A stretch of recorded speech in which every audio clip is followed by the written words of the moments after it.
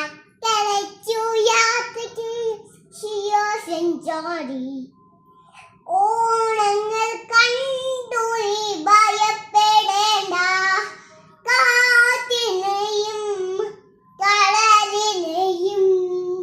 മേയം വിട്ട് കൈവെള്ള പടവിലുണ്ട് എന്റെ ദേശം ഇവിടെ അല്ലോ ഇവിടെ ഞാൻ പരദേശവാസിയാണല്ലോ